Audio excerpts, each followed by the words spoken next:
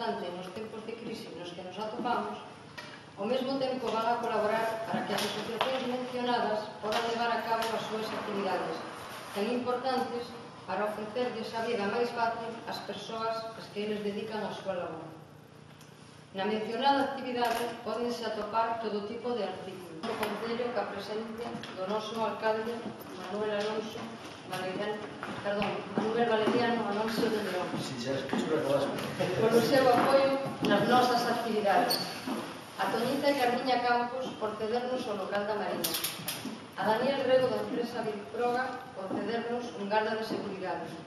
E a todas as persoas que de algún outro modo aportan o seu gran granito. Recordarvos que o Mercado Solidario levarase a cabo o próximo fin de semana 19, 20 e 21 de marzo, en horario de 11 da mañá a 9 da noite. E para finalizar, dicirvos que a entrega dos donativos será o próximo 27 de marzo ás 12 da mañá neste mesmo local da Casa de Pedra. Sin máis, e novamente, dando-vos as gracias, paso a palabra ao presidente da Federación Cogami para nos estar. En primer lugar, quero agradecer a Asociación de Empresarios de Camariñas que conte con nós para este primer mercado. Comentar que a Cogami Coruña é unha federación que está composta por 13 asociacións, entre elas Íntegro, que prácticamente leva o que é a Costa Morte,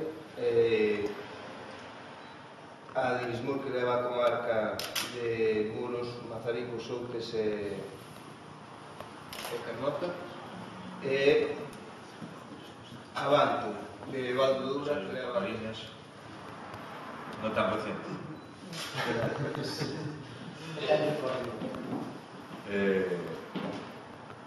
Logo, darlle gracias por esta iniciativa, parece-nos unha iniciativa moi boa.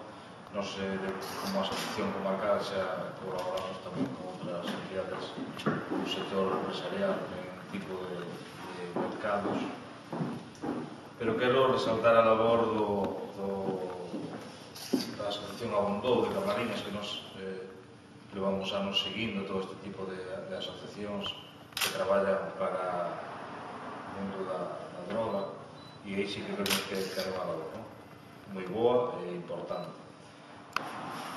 E fui aquí en Camariñas, donde o Servicio de Integración Laboral da Confederación, Cogami, pois se inscribiu unha persona que foi Anabel Castiñeiras, que falamos da comunidade, da droga, dos accidentes de coche, de moto, pero tamén falamos dos accidentes de ocio, que son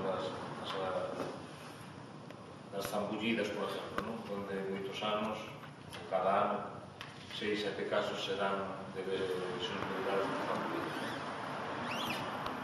Iso parece-nos que é unha actividade das máis importantes que facemos, aparte de atender no noso centro de día. Incidimos e queremos traballar, facer a visibilidade, porque o que nos permite tamén visibilidade son